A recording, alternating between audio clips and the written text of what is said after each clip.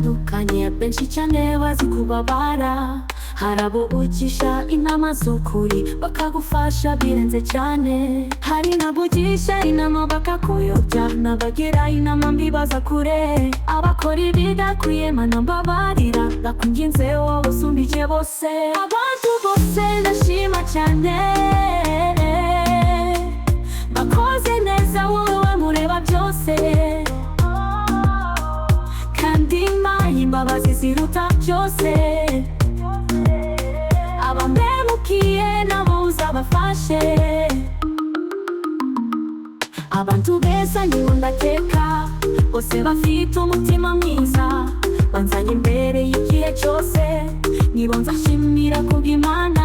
Imana ijuru ritandukanye cyane n'abandi bantu bo mu isi, ukuri ni wowe wenyine, ndashima cyane kuri imbabazi zawe.